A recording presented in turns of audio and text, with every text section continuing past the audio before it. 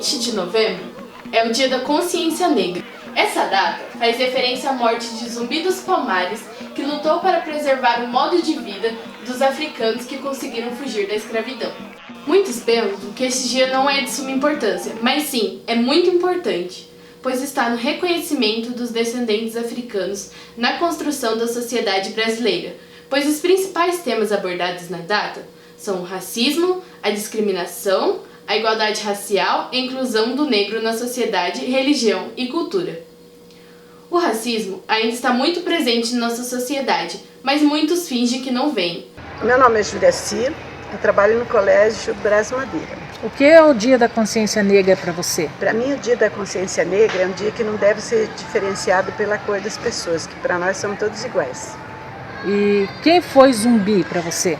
O Zumbi foi um líder da quilombola brasileira. Você acha que existe racismo no Brasil? Eu acho que existe muito.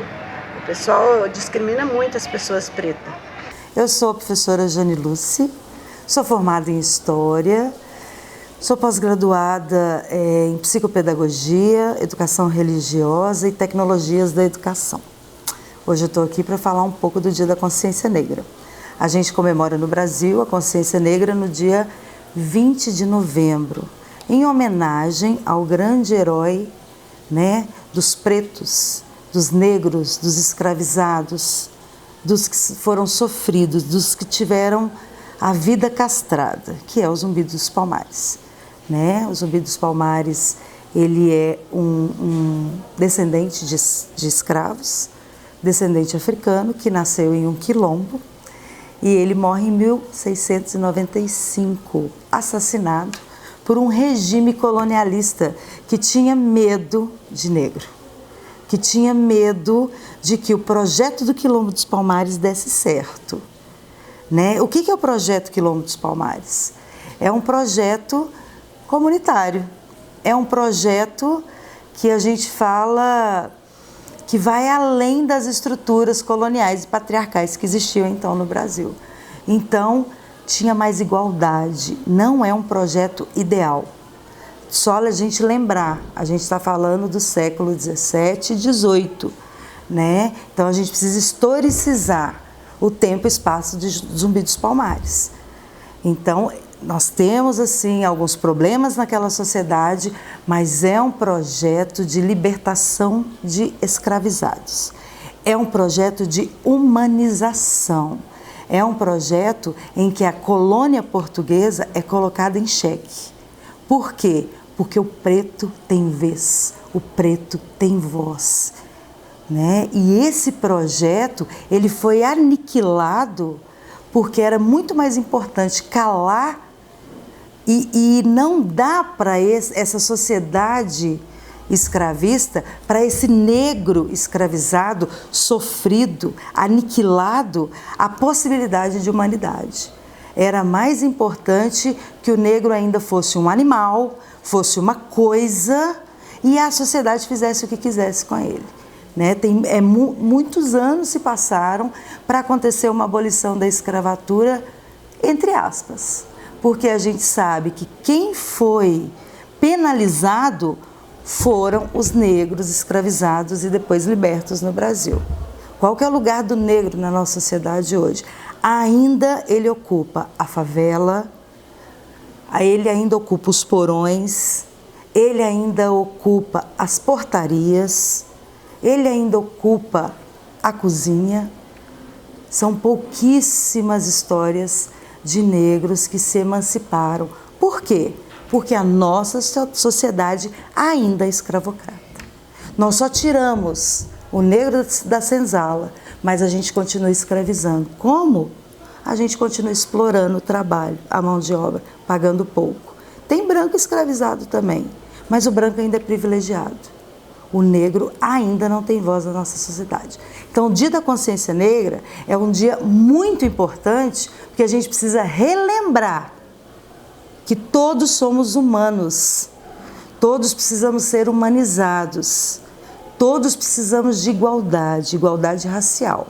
Igualdade racial significa que o meu lugar na sociedade, ele é garantido, que o lugar do negro, da mulher, do pobre, do homossexual, de qualquer um que é diminuído socialmente, ele tem que ser garantido.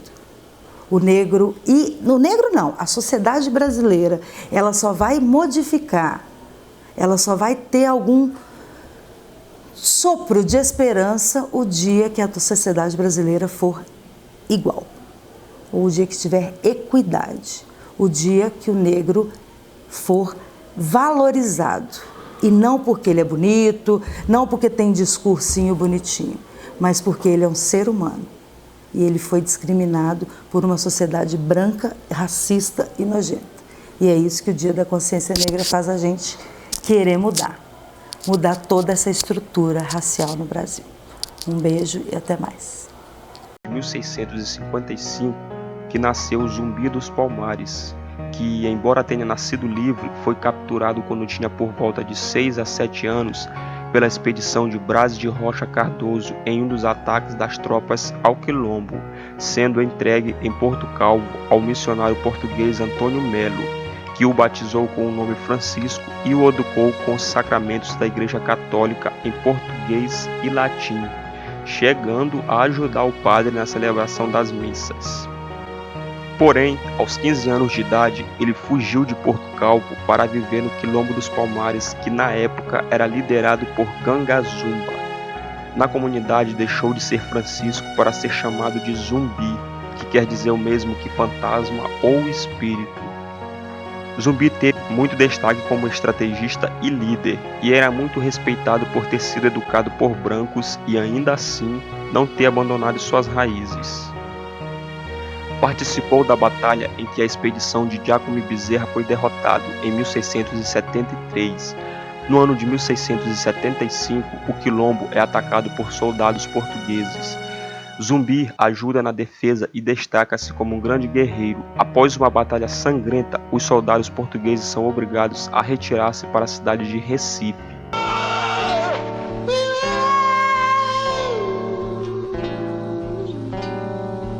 Saurê, Zumbi dos Palmares.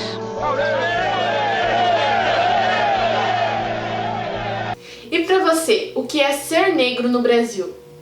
Então, assim, ser negro no Brasil é questão de sobrevivência, questão de resiliência, questão de luta diária, porque o Brasil é um país racista.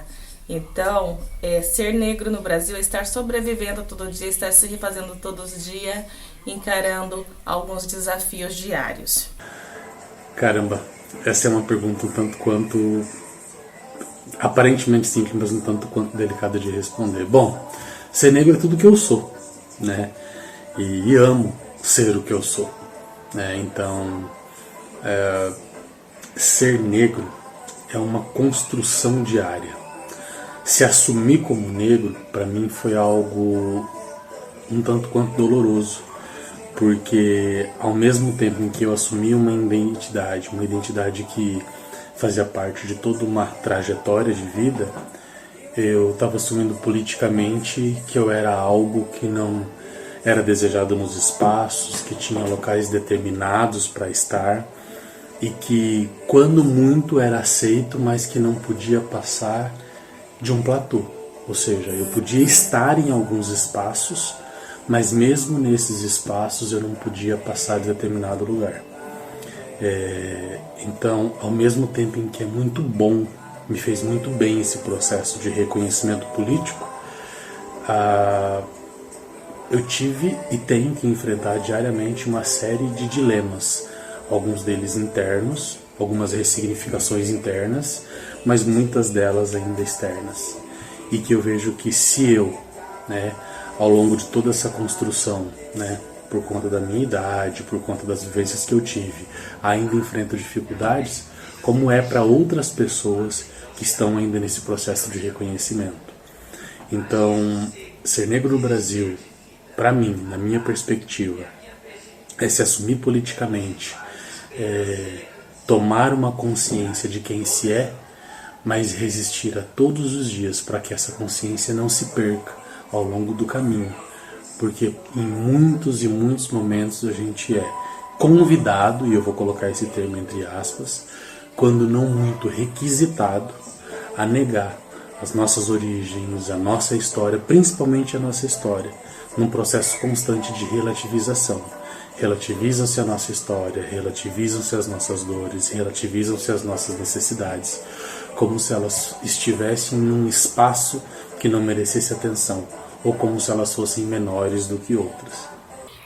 Na minha opinião, ser negro no Brasil, apesar de nós vivermos no século XXI e de a população ser, na sua maioria, miscigenada, né, ainda é difícil, porque a gente ainda sofre discriminação pelo tom da nossa pele, né?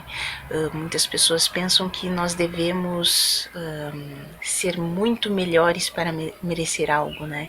Então, a gente acaba, para a gente poder entrar em algum lugar, muitas vezes a gente tem que mostrar que a gente tem dinheiro, né? Ou tem que, pelo menos tem que parecer isso, né? Então, eu penso que sim, que isso ainda é muito complicado aqui. Ser negra, para mim, nunca foi um problema, né? Até o momento de entrar na escola, porque aí a gente começa a perceber que a gente é diferente dos outros, né? Eu vim de uma cidade de colonização alemã, então quando entrei na escola, eu era a única negra da sala de aula, então você percebe que você é diferente, né? Que o seu cabelo é diferente, que o seu nariz, que a sua boca são diferentes, né? E eu ser diferente nunca me incomodou. Algumas coisas passaram a incomodar quando eu começaram as zoações na escola, né? Falando do cabelo, falando do nariz, falando dos olhos, né? Então, aí sim começou essas características, né? Esses fenótipos começaram a, de certa forma, parece que começaram a aparecer, sabe? Antes eles estavam ali, mas como era igual aos meus pais, a minha irmã, aos demais parentes, né? Então, pra mim era normal, né? E a partir do momento que eu fui pra escola que eu notei que eu era diferente. Mas isso fazia com que eu me visse que eu era diferente, né? Claro, tinha as meninas que tinham os cabelos lisos, aqueles cabelos que balançavam pra lá e pra cá, mas nunca foi algo que me incomodou, assim, a ponto de não querer ser como eu era, tipo, querer alisar o cabelo, querer afinar o nariz, né? Isso nunca me incomodou desta forma. Agora vamos ver a poesia de Jânio Silva sobre o Manifesto Negro. Manifesto Negro. Senzalas, correntes, costas marcadas pelo chicote do feitor. Passaram mais de 500 anos. Veio Leáurea, alforria, mas a ferida deixada não cicatrizou. O sonho de Martin Luther King não se realizou. E ao invés do caráter, ainda somos julgados por nariz, cabelo e cor, por quem não imagina ou sente o tamanho da nossa dor. Dor concebida desde a partida de ti, ó África, dentro de um porão. Dor sentida na pele pelos açoites da escravidão. Dor perpetuada pela falsa abolição. Dor do âmago, dor do coração, sentida por quem ainda é vítima da segregação. Vítima das imposições das bulas papais, vítima do tráfico negreiro e a escravidão dos seus ancestrais. Vítima de colonizadores brancos que mostraram que nem sempre a cor branca traz a paz. Arrancaram-nos da nossa pátria. Na colonização, utilizaram o trabalho escravo dos teus filhos, ó Mãe África. Após a Lei Áurea, fomos expulsos das fazendas, jogados nas ruas de praças. A lei de terras, a terras não nos deu acesso, enquanto alguns poucos concentraram terras em excesso.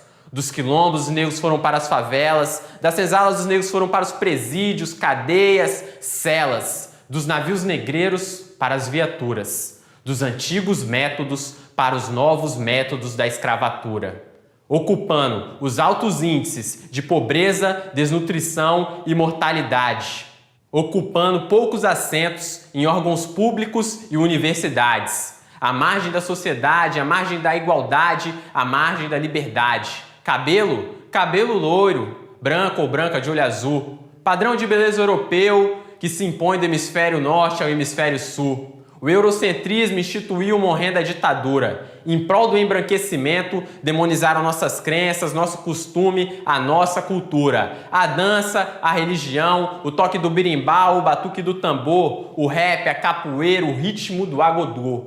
Cultura afro dita inferior. Tentam nos manipular, calar a nossa voz. Os meios de comunicação nos apresentam heróis brancos, falsos heróis. Malcolm X, zumbi.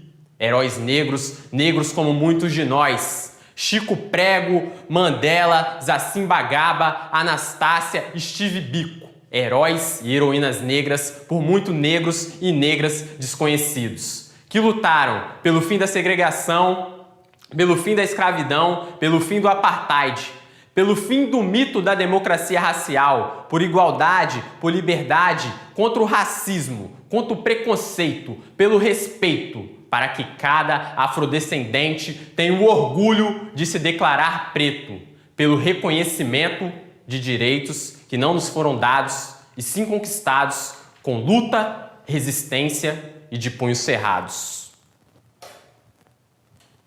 Você já sofreu racismo? Como você reagiu a isso? Cara, sofrer racismo é algo até triste de falar, mas eu vou usar uma expressão que é bem clichê. Quem nunca, né? Que negro nunca. As manifestações racistas, elas vêm das formas mais cruéis e severas, né? Para com o negro no Brasil. Principalmente porque existem situações em que a gente, muitas vezes, até para minimizar a dor ou qualquer que seja a intenção, a gente acaba tentando acreditar que aquilo não aconteceu, coisa do tipo, really?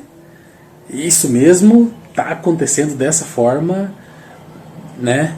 Porque a gente quer acreditar que aquilo não é possível de acontecer, não daquele jeito, não naquele contexto, não nessa época que a gente está vivendo. Mas infelizmente acontece. E sim, já sofri não uma, não duas, não 10 vezes, em mais de uma esfera, na esfera social, na esfera institucional, na esfera privada, né, com colegas, com pessoas desconhecidas, diante de situações que sequer eu imaginaria ser possível ter algum tipo de manifestação, ou seja, em situações que eram totalmente amigáveis, numa conversa que nem cabia nenhum tipo de manifestação nesse sentido, não que haja situações que caibam, né, mas que você imagina que aquilo jamais seria possível de acontecer, né, e isso só mostra o quanto esse clima, essa ideia de que existe uma cordialidade porque o Brasil é um país miscigenado, de que nós vivemos num ambiente que é totalmente democrático no que diz respeito à questão racial, essas coisas não aconteceriam, né? E o enfrentamento ou a reação que se tem, que eu tive no caso, ela varia muito de situação para situação. Com o tempo a gente vai amadurecendo. E a gente percebe que alguns enfrentamentos, os melhores enfrentamentos, eles não são necessariamente aquela ideia de você partir para cima, ser agressivo, até porque você não tem um retorno tão interessante. Pelo menos na minha perspectiva, você não tem um retorno tão positivo para que você consiga mudar ou equacionar a situação. Eu procuro ser sempre mais dialógico, né? Eu procuro sempre despertar mais a questão do porquê aquilo está sendo feito daquela forma. Mas eu também sou humano. É óbvio que em alguns momentos você quer retrucar, né? Enfim, e também já fiz isso, né? Principalmente no início do meu processo de reconhecimento, quando eu era mais novo, tinha um pouco menos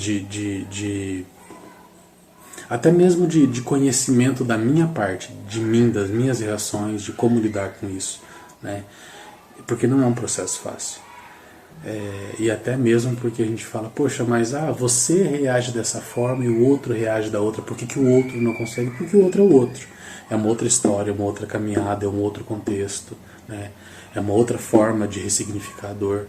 Porque o fato de que eu passe por uma mesma situação que outra pessoa, ou que vejam, né, numa situação uma identidade muito próxima, muito parecida, né, sendo passada por mim e por outra pessoa, e dizem, não, mas a situação é igual, e você reage de uma forma muito mais aceitável do que a outra pessoa. Por que você consegue fazer assim, por que o outro não consegue? Porque somos pessoas diferentes, porque somos pessoas que têm uma outra vivência, uma outra história, uma outra caminhada, e isso precisa ser respeitado no contexto também. Então os enfrentamentos, eles são individuais, né, com base em uma série de questões que nós todos vivenciamos. Então, grande parte das vezes, eu posso dizer por mim, eu tenho procurado dar um cunho muito mais pedagógico, muito mais dialógico, muito mais dialético, para trazer para a reflexão mesmo aquela postura, né? Tenho conseguido êxito em muitos deles, em outros, né, é quase igual jogar pérola aos porcos, mas esse também tem sido o nosso trabalho, esse tem sido o meu trabalho, como educador, como cidadão, como pessoa negra que busca, né, fazer esse trabalho com negros e não negros, né, para que a gente consiga se entender nesse processo. Penso que todos nós negros já sofremos sim em algum momento de nossas vidas com a discriminação, né? Eu não sou diferente, né? E já sim sofri com isso. No momento a gente fica meio incrédulo, sabe? Você não acredita que aquilo ali está acontecendo. E quando aconteceu comigo foi meio difícil de compreender o que estava acontecendo. Foi... Não tenho mesmo palavras assim para descrever como foi assim no momento. Depois eu fiquei com muita raiva, sabe? Eu olhei para aquela situação e eu entendi o que estava acontecendo, mas a minha atitude foi de tentar resolver, não de tentar resolver no sentido de mostrar para aquela instituição o que estava acontecendo, sabe? Que aquilo ali que aconteceu comigo era sim racismo e que precisava sim ser resolvido. A gente sofre racismo desde quando a gente nasce. A gente sofre racismo diário, a gente sofre racismo todos os dias. Vai depender da forma do racismo. Tem hora que a gente faz a cara de paisagem e continua, porque o sujeito que provoca o racismo muitas vezes não é que ele não quis ser racista, mas não compensa a discussão. E na maioria das vezes a gente dá a resposta. A gente se coloca enquanto pessoa, enquanto sujeito e faz alguns questionamentos, deixando claro que a pessoa foi racista. Mas o racismo ele é diário com as pessoas negras no Brasil. Nunca esqueci, Soninha Freitas, palestrando em Beabá sobre a complexidade do problema do racismo no Brasil. Ela dizia algo como: bom exemplo é a construção. Pense em paredes de uma residência. Tijolos formam a estrutura, com o concreto a arquitetura ganha formato e aparência. Sociedade é a construção e o racismo é o cimento. Componente estrutural, formador fundamental do interior e do acabamento. Nessa fala eu acrescento: nossa estrutura social foi forjada no sofrimento. Houve esforço intencional, atuante, fraudulento, apoio internacional à tese do branqueamento, descolorindo e repintando, tinta de sangue e caneta. Se não branqueou os corpos, alvejou as almas pretas e impôs ao traço apagamento. Resultado? Parda, morena, mulata, mestiça. 400 anos de injustiça e a paz se fez mais omissa que a melanina na sua tez? Então compreenda de uma vez. Se a tua história te pigmenta e a sociedade te lê marginal, a necessidade te orienta a querer justiça racial. Mas eu sugiro que seja atenta, não só cortar o eufemismo, mas lutar por protagonismo no que realmente te representa. Porque se o racismo que experimenta respeita a regra geral, é mais cruel para quem aparenta. Quanto mais preta, mais desigual. Mas há motivo de luta para todas nós, afinal. Preferida ou preterida, preta ou parda, IBGE, a vantagem é oferida por quem o sistema racista quer. Queremos desconstrução porque tentar sugar cimento sem romper essa estrutura é como pôr atadura em anos de adoecimento. Consertar planejamento, consciência e postura, análise de conjuntura, vontade de conhecimento, educação. Educação rima com coisas muito simples. Rima com a escola falando das coisas nossas, mas não só em novembro. Rima com aprender que questão racial é esforço coletivo, que ter medo da polícia não é por acaso, que a propaganda não é inocente. Se a senhora preta não te olha nos olhos para falar com você, doutor, é responsabilidade sua educar os seus filhos para respeitar os meus filhos, para que as próximas senhoras pretas não tenham esse peso no olhar.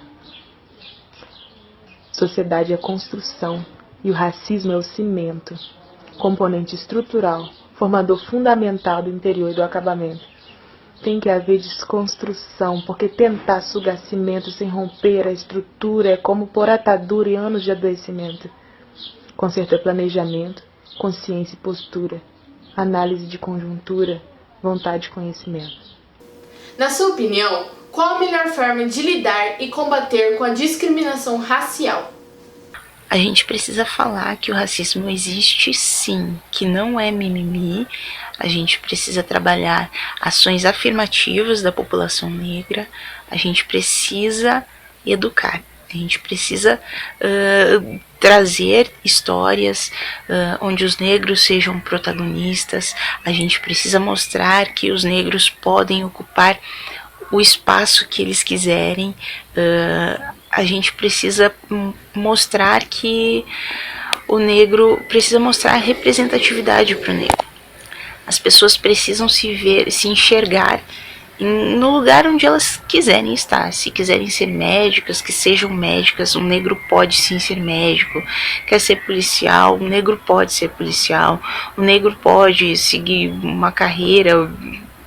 O negro pode tudo, sabe?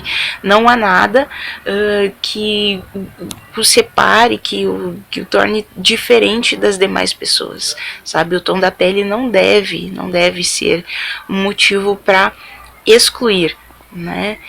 Não deve ser um motivo para dizer, olha, você só pode ir até aqui, né? Isso precisa ser discutido, isso precisa ser conversado.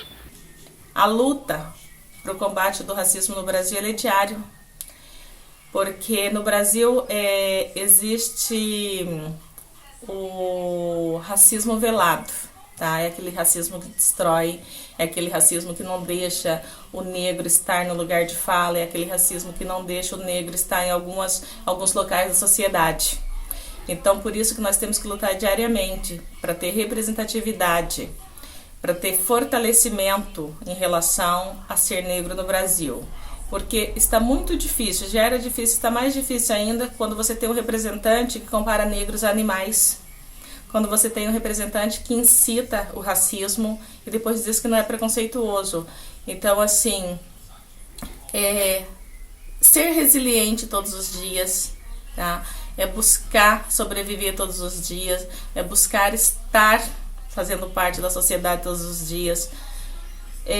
Esse é um dos principais enfrentamentos. Alguma coisa já melhorou em relação ao racismo no Brasil? Já, mas ainda falta muito. Falta muito para a sociedade negra, para a população negra ser representada, como que eu posso dizer? Ser representada como sujeito que faz parte dessa sociedade, que contribuiu para o desenvolvimento da sociedade, para a riqueza dessa sociedade brasileira.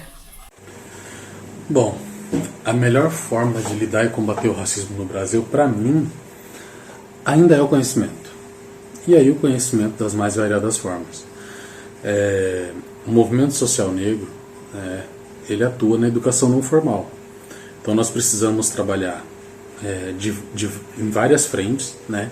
E eu entendo que os movimentos sociais eles são de extrema importância. E precisam dialogar com a academia, né? Com a educação formal, a academia, o ensino médio, o ensino fundamental, enfim, nós precisamos estar em todos os espaços. Porque não tem como você tratar algo que se acredita não existir. Eu não trato um doente se ele acredita que não tem a doença, né? E o racismo ele pode ser considerado praticamente uma doença, na minha perspectiva. Então assim, o Brasil ele não foi racista, ele não passa por um períodos alternados de racismo. O Brasil é um país racista. A questão toda é que a gente insiste em acreditar que nós somos, nós vivemos num estado de democracia racial.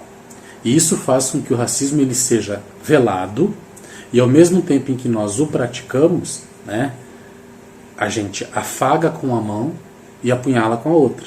Então nós praticamos o racismo, mas quando ele vem à tona, como é algo tido ou visto como uma forma assim, como algo que não deveria ser praticado, a gente acaba caindo naquela situação em que não foi bem isso que eu quis dizer. Mas disse, mas ofendeu, mas trouxe consequências, naquela dinâmica de que a pedra uma vez atirada, vai trazer consequências que a gente não vai conseguir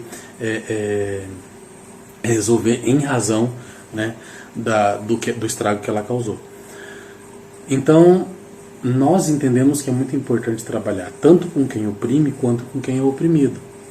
Porque se aquele que for oprimido entender que está tudo bem, que é isso mesmo, ele também não se entende como sujeito que deve lutar contra esse sistema de opressão. Então, na medida em que, até agora me utilizando como exemplo, na medida em que eu fui percebendo o meu lugar de sujeito protagonista, sujeito político, na condição de pessoa negra, eu fui entendendo que algumas coisas não cabiam mais ali. Como, por exemplo, aceitar piadas racistas, e muito menos praticá-las, porque sim, nesse contexto de aceitação, muitas vezes eu era uma das pessoas que, além de achar graça, reproduzia, como se aquilo não fosse ofensivo para mim, muito menos para outras pessoas. É um processo muito louco, no qual a gente acaba muitas vezes reproduzindo para se identificar com o outro, com o opressor. E, por sua vez, o opressor, que muitas vezes não se entende nesse processo de opressão, precisa entender o quanto isso é incoerente, não faz sentido. Porque vamos partir da seguinte lógica: se para mim não faz diferença e para o outro faz, e inclusive o ofende, o machuca, o magoa, por que é que eu vou continuar fazendo? É aquela lógica de que não faz sentido exercer essa relação de poder um tanto quanto torta, simplesmente porque eu precise reproduzir algo que todo mundo está fazendo. Então, na medida em que a gente vai compreendendo essas relações, de que maneira essas relações acontecem e por que é que elas precisam ou não precisam acontecer, a gente consegue, por meio desse conhecimento, a gente consegue fazer esse enfrentamento de uma maneira em que negros e não negros participem do mesmo processo. Claro, cada um a partir do seu local de fala, que é algo muito importante de se trazer também para a discussão, mesmo que de forma breve, porque o que se está dizendo, o que a gente quer falar aqui é que o racismo não é um problema de pretos e pretas, de pessoas negras. Ele é um problema social, assim como o machismo, a LGBTQI-fobia. Então nós precisamos entender que nós precisamos de outras pessoas que não tenham o nosso lugar de fala dialogando conosco. Não significa que eles vão falar por nós, eles e elas vão falar por nós. Eles vão falar conosco, vão nos ouvir, vão entender as nossas demandas. Ou seja, se eles falarem algo que digam respeito ao racismo, à questão da pessoa negra sendo não negros, eles irão falar a partir do lugar de fala deles. Mas é importante que eles falem. E para isso é importante que eles entendam. Então, para mim, o conhecimento da situação, da questão e do lugar de fala do outro é muito importante. Claro, respeitando todos esses espaços. Vejo que em novelas, empregados sempre são negros. E quando reclamamos ou denunciamos um ato de racismo, isso é julgado como vitimismo. Mas como dizem, o que não é problema dela é mimimi. A cada dia resistimos, lutamos para ter um lugar na sociedade, para não sofrermos mais racismo, para entrarmos em uma loja e não sermos seguidos pelo segurança, ou podermos soltar nossos cabelos blacks sem ser julgados pela sociedade, sem que mandem prendermos. Vamos dar um basta ao racismo, à intolerância e ao preconceito. Vamos mostrar o que queremos, exigimos respeito, cidadania e mais espaço de poder.